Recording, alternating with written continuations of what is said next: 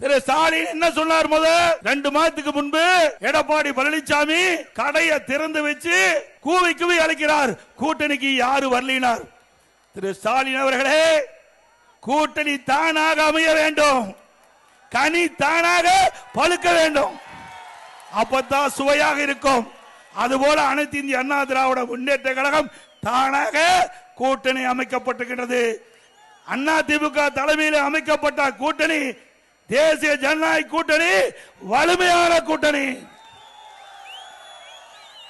இன்றைய தினம் திரு ஸ்டாலின் தலைமையில் இருக்கின்ற கூட்டணி ஆட்டம் கண்டு போச்சு. உண்மைதானே? தினந்தோறும் பத்திரிகையில் காங்கிரசுக்கும் திமுகவுக்கும் வார்த்தை போர் நடந்து கொண்டிருக்கின்றது. இந்த வருகின்ற சட்டமன்ற பொது தேர்தலில் திமுகவும் காங்கிரசும் கூட்டணி இருக்குமா இல்லையா என்பது சந்தேகம். காங்கிரஸ் ஆட்சியில பங்கு வேண்டும், அதிகாரத்திலே பங்கு வேண்டும். கூட்டணி அமைத்திருக்கின்றோம், கூட்டணி மூலமாக வெற்றி பெற்று எங்களை மதிக்கவில்லை என்று குரல் கொடுக்க ஆரம்பித்து விட்டார்கள்.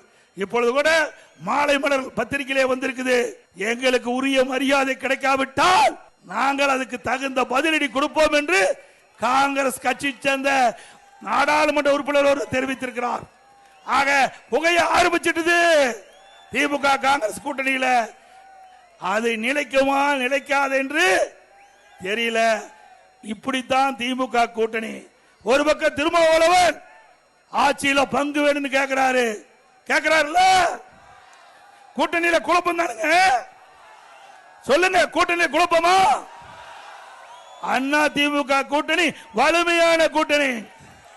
பாரத பிரதமர் திரு நரேந்திர மோடி அவர்கள் மதுராந்தகத்துக்கு நேரடியா வந்து நம்முடைய தேர்தல் பிரச்சார கூட்டத்தில் கலந்து கொண்டு நம்முடைய கூட்டணி கட்சி தலைவர்கள் மேடையிலே தோன்றி சிறப்பாக நம்முடைய கூட்டணி தேர்தல் பிரச்சாரத்தை துவங்கிவிட்டது.